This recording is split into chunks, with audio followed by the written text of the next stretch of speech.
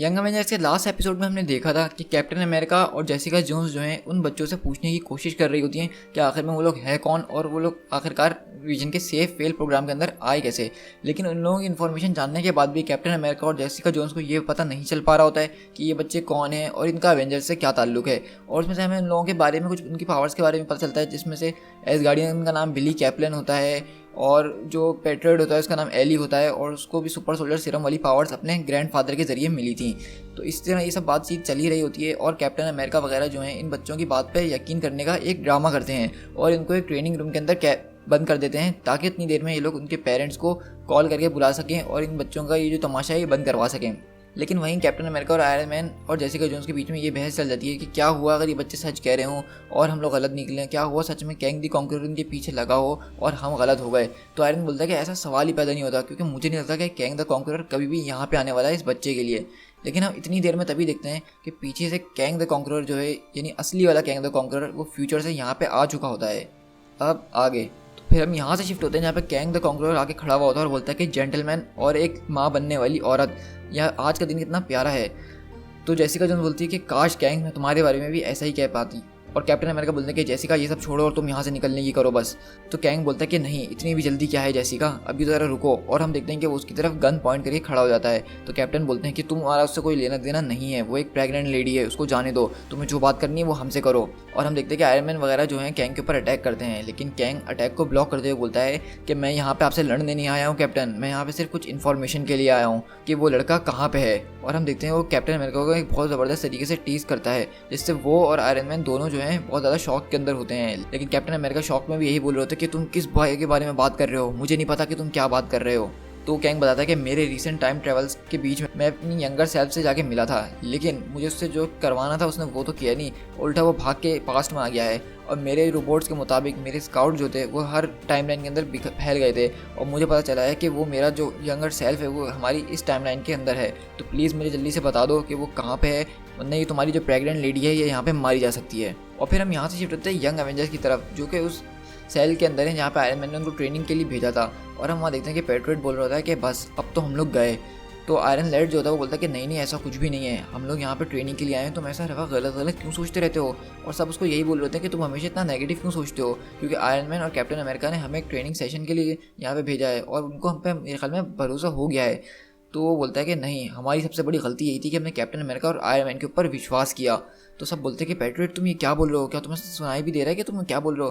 कह रहा है कि गाइस तुम्हें क्या लग रहा है कि वो हमें 30 मिनट पहले इस कमरे के अंदर लॉक करके चले गए हैं और अभी तक यहाँ पे कोई ट्रेनिंग का नामो निशान नहीं है। उन्होंने सिर्फ हमें यहाँ पे लॉक इसलिए करा है ताकि वो कॉप्स को बुला सकें या फिर उससे भी ख़तरनाक हमारे पेरेंट्स को, ताकि वो हमें बंद करवा सकें। और बिली तुम ही मुझे बताओ कि अगर तुम कैप्टन अमेरिका की तरफ होते और तुम्हारे सामने कुछ फैन बॉयज़ आ जाते जो कि हीरो बनने की कोशिश कर रहे होते और एक चर्च को तकरीबन तबाही कर चुके होते, तो तुम क्या करते। तो एसगार्डियन बोलता है कि हाँ पेट्रियट मेरे ख्याल से तुम बिल्कुल सही कह रहे हो। तो वहाँ पे केसी लैंग जो होती है वो बोलती है कि हो सकता है कि ये भी एक ट्रेनिंग सेशन का पार्ट हो और वो हमारी ये एक तरह की ट्रेनिंग करवा रहे हो, हमारी माइंड की ट्रेनिंग करवा रहे हो। पेट्रियट बोलता है कि मैं यहाँ पर रुक के इस बात का इंतजार करने वाला नहीं हूँ। तो वो बोलता है कि हल्कलिंग क्या तुम इस डोर को तोड़ सकते हो। तो हल्कलिंग पूछता है कि मैं इस डोर को कैसे तोड़ सकता हूँ। तो पेट्रियट बोलता है कि मुझे लगा कि तुम्हारे पास सुपर स्ट्रेंथ है।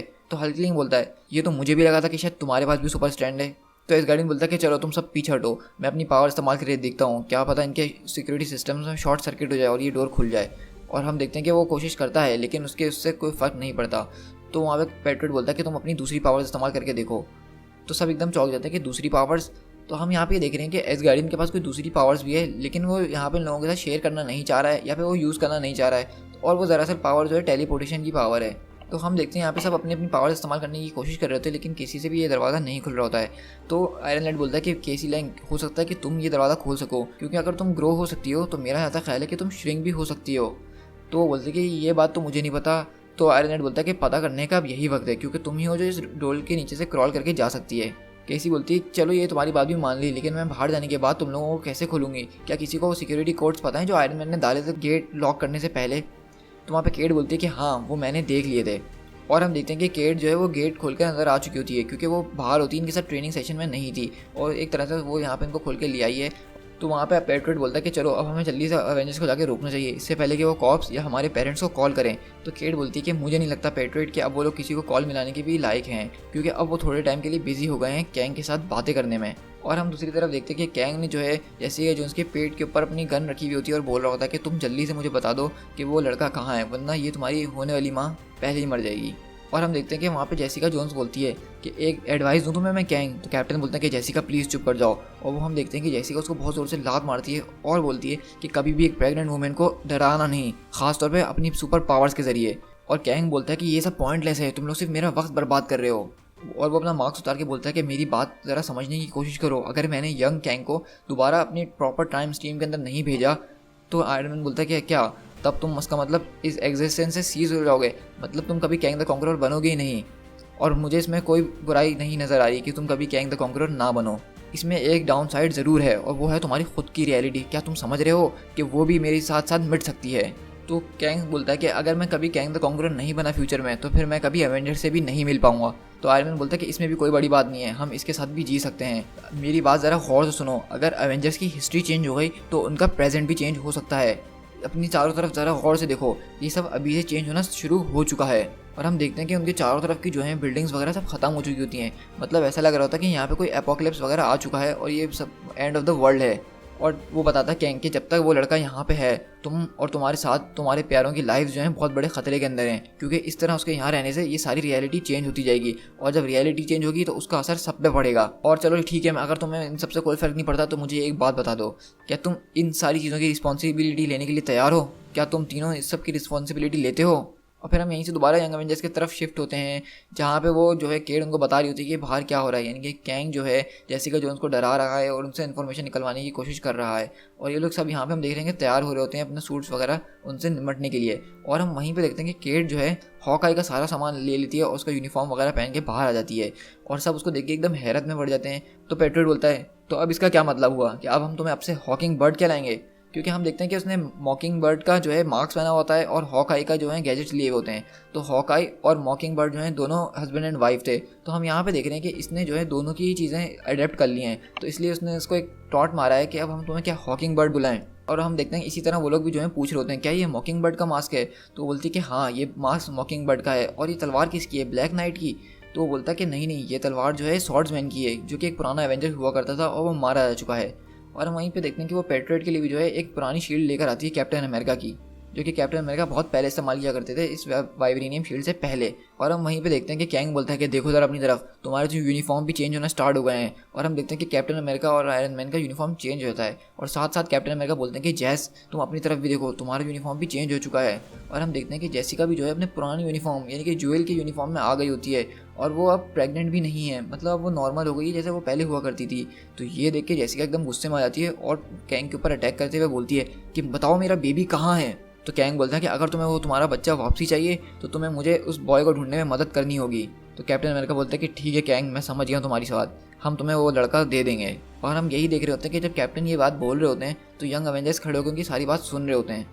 और फिर हम देखते हैं केसी लैंग बोलती है कि I am so sorry Iron Lad, मुझे नहीं पता था कि एवेंजर्स इस तरह के निकलेंगे। मुझे ये बात पर अभी भी यकीन नहीं हो रहा कि कैप्टन अमेरिका ने एवेंजर्स के हिस्ट्री में सबसे ज़्यादा खतरनाक विलन को तुम्हें सौंपने का फैसला कर लिया है। तो हल्क सिंह बोलता है कि ज़रा आराम से केसी, ज़रा ये भी तो देखो कि वो खुद भी तो यही है, मतलब वो खुद भी तो यंग कैंग ही है ना। तो केसी बोलती है कि हाँ लेकिन ये यंग कैंग है और ये अच्छा कैंग है, वो वाला कैंग जो है वो बहुत बुरा है। और आयरन लैड भी बोलता है कि हाँ बिल्कुल भी, और मैं भी यहाँ से कहीं नहीं जाने वाला हूँ। तो केट पूछती है आयरन लैड से क्या तुम अगर वापसी नहीं गए तो जेसिका का बेबी और हमारा एवेंजर्स मैंशन और ये दुनिया ऐसी ही रहेगी? तो आयरन लैड बोलता है कि हाँ मेरे ख्याल से वो शायद ऐसी ही रहेगी। तो फिर केट बोलती है कि मुझे माफ़ करना लेकिन मेरे ख्याल से तुम्हें वापसी चले जाना चाहिए। तो सब एकदम केट की तरफ देखने लग जाते हैं और आयरन लैड बोलता है कि केट मेरी बात ज़रा गौर से सुनो, अगर तुम्हें ये पता चल जाए कि तुम कभी फ्यूचर में जाके एडॉल्फ हिटलर बनने वाली हो तो क्या तुम उसको रोकने के लिए कुछ भी नहीं करोगी? केट बोलती है कि ऑफ कोर्स मैं सब कुछ करूँगी, लेकिन क्या तुमने ऊपर आसमान का कलर देखा है और क्या तुमने जेसिका जोन्स की शक्ल देखी है? तो हल्क भी बोलता है कि मेरा ज़्यादा ख्याल है कि केट बिल्कुल सही कह रही है, अगर तुम वापसी नहीं गए और कॉन्ग द कॉन्करर नहीं बने तो मेरे ख्याल से इसके नतीजे और भी बुरे हो सकते हैं। तो पेट्रियट बोलता है कि नहीं ये कहीं नहीं जाने वाला है, ये हमारी एक टीम का हिस्सा है और तुम्हें याद है ना कि हम एक टीम हैं। और बोलता है कि इस सबसे निपटने का सिर्फ एक ही तरीका है, अगर हम एक टीम की तरह काम करें ना कि इस तरह हम एक दूसरे से लड़ते रहें। तो केट बोलती है तो इसका मतलब तो ये हुआ कि मैं भी इस टीम का हिस्सा हूँ, है ना? तो पेट्रियट बोलता है कि मैं इस वक्त ये बहस करने के मूड में बिल्कुल भी नहीं हूँ केट, तो प्लीज़ तुम चुप खामोश हो जाओ।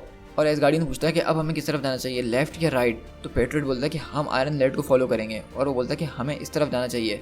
और वो बताता है कि according to the vision software corridor जो है ठीक हमारे सामने होगा और हम लोग सीधा निकलेंगे बाहर। और हम देखते हैं कि जैसे वो लोग वहाँ से बाहर निकलते हैं उनके सामने Jessica Jones, Captain America, Iron Man और कैंग खड़े हुए उनका इंतजार पहले से कर रहे होते हैं। और जेसिका बोलती है कि मुझे माफ़ कर देना आयरन लैड। तो आयरन लैड बोलता है कि नहीं, मैं यहाँ से बिल्कुल भी वापसी नहीं जाने वाला हूँ। कैप्टन अमेरिका बोलता है कि बेटा अब हमारे पास कोई और चॉइस नहीं है। कैप्टन अमेरिका बोलते हैं कि बेटा मुझ पे पूरा विश्वास करो, ये वो फाइट है जो तुम कभी नहीं जीत सकते हो। और आयरन लैड चिल्लाते हुए बोलता है कि मैं यहाँ पे सिर्फ इसीलिए आया था ताकि मैं एवेंजर्स की हेल्प ले सकूँ कैप्टन, लेकिन अब मैं ये मिस्टेक दोबारा से नहीं करने वाला हूँ। और हम देखते हैं कि वो वहाँ से उड़ने लग जाता है। तो कैंग बोलता है कि मैं उस बॉय के पीछे जाता हूँ और उसको पकड़ता हूँ, लेकिन आयरन मैन बोलता है कि नहीं, तुम यहीं रहो जहाँ पे कैप्टन अमेरिका और जेसिका जोन्स तुम्हारे ऊपर नज़र रख सकें, लड़के के पीछे मैं जाता हूँ।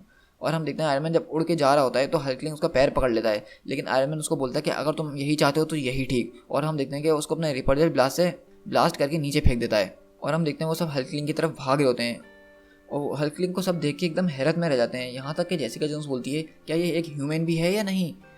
तो एस गार्डियन बताता कि ये एक शेप शिफ्टर है और मेरे ख्याल से इस वक्त ये बहुत बुरा शेप शिफ्टर है। और हम देखते हैं कि उसकी स्किन जो है बहुत अजीब सी हो रही होती है, मतलब वो किसी टाइप का एलियन लग रहा होता है। और हम दूसरी तरफ देखते हैं कि आयरन लैड के पीछे जो है आयरन मैन जा रहा होता है। तो आयरन लैड बोल रहा होता है कि आयरन मैन प्लीज़ मेरी बात समझने की कोशिश करो, अगर मैं वापसी वहाँ पे गया तो मिलियंस ऑफ पीपल मारे जाएंगे। तो आयरन मैन बोलता है कि नहीं, वो तो अब भी मारे जा रहे हैं ना। लेकिन हम दूसरी तरफ देखते हैं कि आयरन लैड जो है आयरन मैन के ऊपर एक बहुत ज़बरदस्त ब्लास्ट कर देता है, जिसकी वजह से आयरन मैन का सूट फेल हो जाता है और वो नीचे गिरने लग जाता है। लेकिन हम तभी देखते हैं कि आयरन लैड जो है उसको उठा के ले आता है और बोलता है कि ये बेहोश हो गया है लेकिन ये ठीक ज़रूर है। तो कैंग बोलता है कि तुम फिर यहाँ पे वापसी कैसे आ गए। तो वो बोलता है कि वो जो है आयरन मैन ऊपर से गिर रहा था और हो सकता है कि वो मर भी जाता और मैं एक मर्डर नहीं हूँ।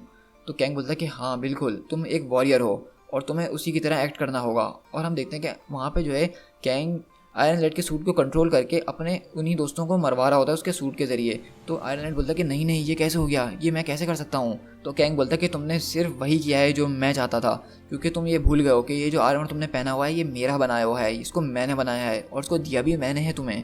और अब क्योंकि तुम मेरी रेंज में हो तो अब मैं इसको कम्प्लीटली कंट्रोल कर सकता हूँ। और हम देखते हैं अचानक आयरन लैड का जो आर्मर है वो ग्लो करने लग जाता है और उसके अंदर से बहुत सारी एनर्जीज निकल रही होती हैं। और वो सबको बोलता है कि पैट्रियट वगैरह तुम सब यहाँ से भाग जाओ, मैं इस एनर्जी को कंट्रोल नहीं कर पा रहा हूँ। और हम तभी देखते हैं कि वहाँ पे एक बहुत ज़ोरदार धमाका होता है और जब वो धमाका ठंडा होता है तो हम चारों तरफ देखते हैं कि वो जितने भी यंग अवेंजर्स और अवेंजर्स होते हैं सब वहाँ पे बेहोश पड़े होते हैं। और हम दूसरी तरफ देखते हैं Kang the Conqueror Iron Lad से पूछता है तो बताओ अब क्या अब हम चल सकते हैं। To be continued.